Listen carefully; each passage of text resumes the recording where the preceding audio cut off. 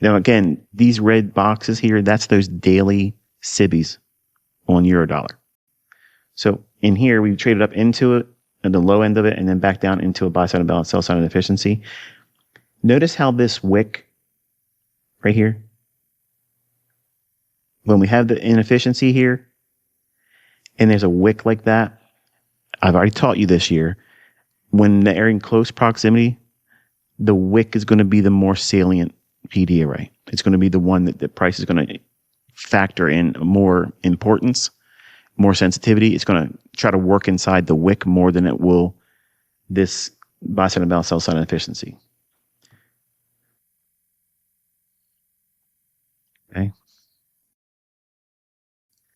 So if you were just simply looking at this as, oh, look, we have a run above here, and then we're going to trade down into this imbalance, and we can go long on that and not factor in this wick, you could get yourself in a little bit of trouble here because it could have used this wick more than it has over here.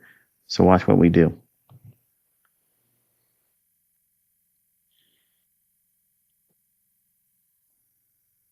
See how it's using the octants? This is Forex, by the way. So it trades down in there, but it's overshooting the actual imbalance. See that?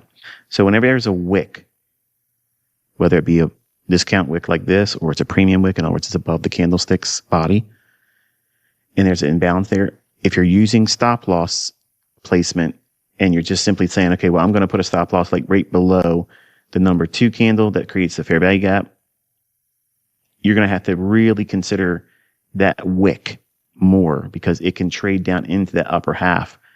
And then that's where the sensitivity will manifest itself. So just toss that in there as a caveat.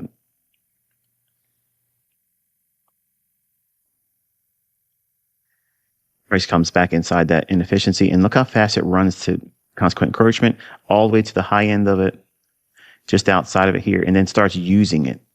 The red box, that's that lower SIBI on the daily chart for Eurodollar. And then starts working its way back down, small little inefficiency here, mid-range, consequent encroachment, and back outside, takes a buy side here.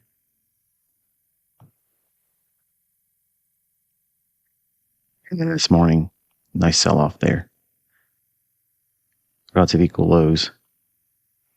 And it moves into no man's land, just meandering around halfway point of that SIBI. You don't really appreciate those higher time frame inefficiencies until you draw down to lower time frames and see how they're really utilized. I'm going to rough eyeball it, just throw the levels on by eye only. So if it's off a little bit, just bear with me. You can do this on your own charts. I just want to get a feel for what it looks like here. You can see them using that octant a lot. Look at the bodies respecting that right in here too. That's probably random. Look at that. So it's probably no algorithm in there either. So it's probably just buying and selling pressure, clearly.